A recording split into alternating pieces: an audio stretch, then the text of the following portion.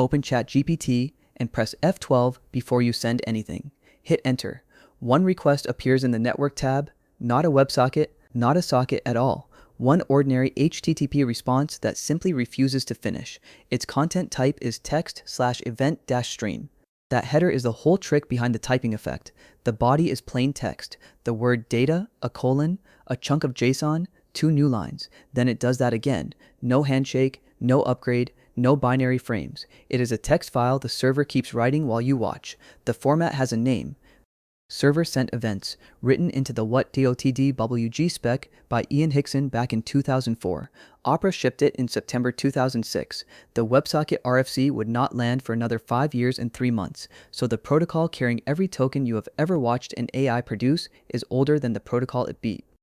And this is the entire server: a header, a loop, an fprintf, a flush, 14 lines of Go, standard library only. No broker, no sticky sessions, no upgrade to negotiate through your proxy. The load balancer you already run carries it, which leaves an uncomfortable question hanging. If it was this good in 2006, what were the last 15 years about? WebSockets won that argument on capability, and fairly. 2 directions, binary frames, a couple of bytes of overhead per message. On a whiteboard, it takes every column, and for 15 years, the whiteboard is where the decision got made. Server-sent events also carried a real defect, not a rumor. Over HTTP 1.1, a browser allows 6 connections per domain, and an event source occupies one of those 6 for as long as it lives. 6 lanes for your entire origin. A dashboard with 4 live widgets takes 4 lanes. Open a 5th tab of your own app, and the request does not fail, it hangs, with no error you can catch until something else closes.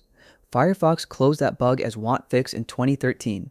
Chrome closed its own as by design.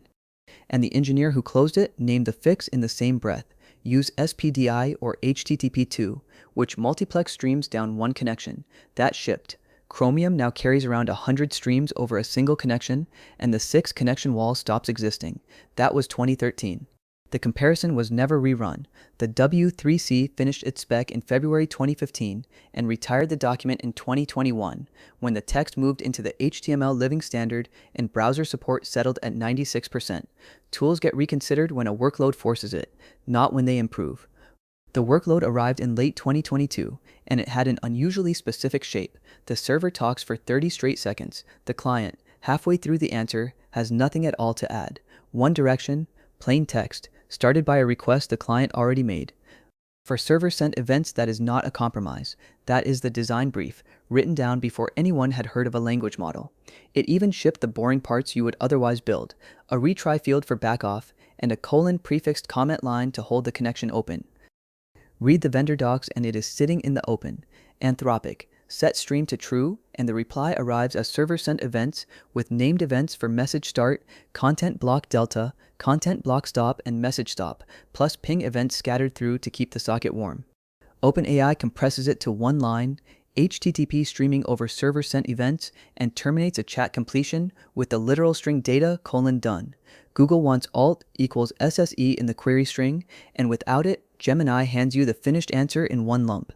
3 labs, 3 unrelated stacks, 1 wire format from 2006. There was no announcement and no standards fight. It showed up in the quick starts, which is where the decisions that actually stick get made. So why does almost nobody use the browser API built for exactly this?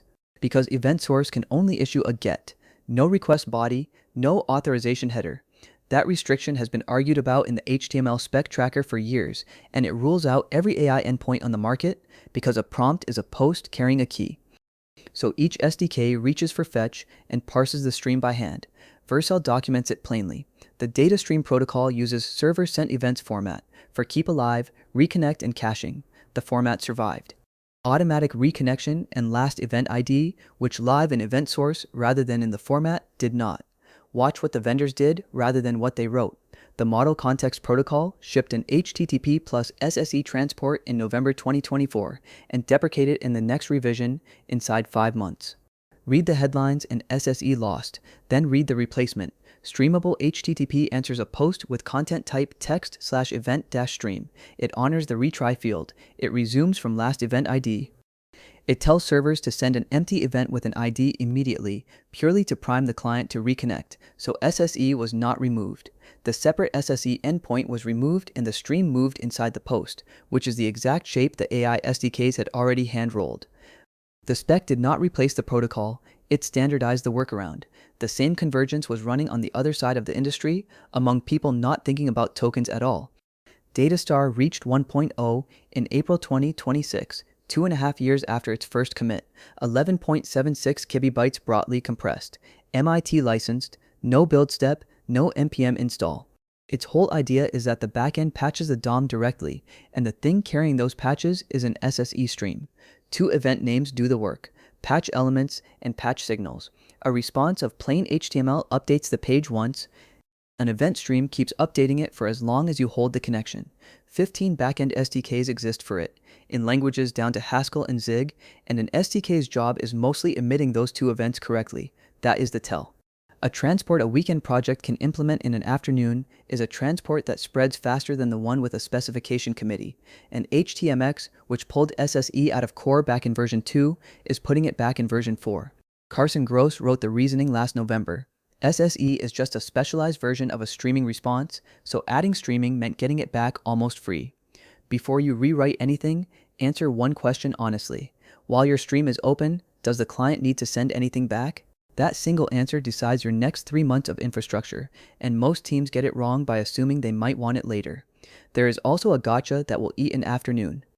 Nginx buffers proxied responses by default, so a stream that is perfectly smooth on localhost arrives in production as one batch at the end. Proxy buffering off, or the X-Accel-Buffering header set to no. Nothing about that is discoverable. And it carries UTF-8 text, nothing else, so binary costs you a base 64 tax. Audio is where that becomes fatal. OpenAI routes browsers to WebRTC and servers to WebSockets for its real-time API because voice needs both directions plus jitter handling and echo cancellation. The deeper failure is durability. Electric's team said it plainly last December. Both SSE and WebSockets are ephemeral, and when a connection drops, in-flight data is lost. For a chat reply, that is an annoyance. For a 5-minute agent run that dies at minute 4, you rerun the tools and pay for the same compute twice. The patch is identical everywhere. Buffer each token into Redis, hand back a stream ID, replay on reconnect. Vercel shipped that as a package. An April write-up called it what it is, a database write per token for a failure that mostly does not happen, and Electric is now designing a durable stream primitive to replace the pattern outright. So here is the call. For the shape of data most of you are actually moving, server sent events wins, and it is not close. One direction, text started by a request, chat, logs, build output, pregress, dashboards, deploy output. I would take it over a socket even if the socket were free to operate. The 5% that should not take it are specific. Anything carrying audio, anything where the client writes while the stream is open, and long agent runs where losing minute 4 costs real money. The villain is not WebSockets, it is protocol maximalism. Picking the most capable transport instead of the one shaped like your data, then paying that gap forever in sticky sessions and reconnect code. One bet you can grade me on.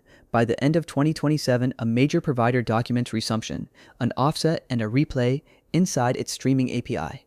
Because a long agent run is not a stream, it is a resumable log.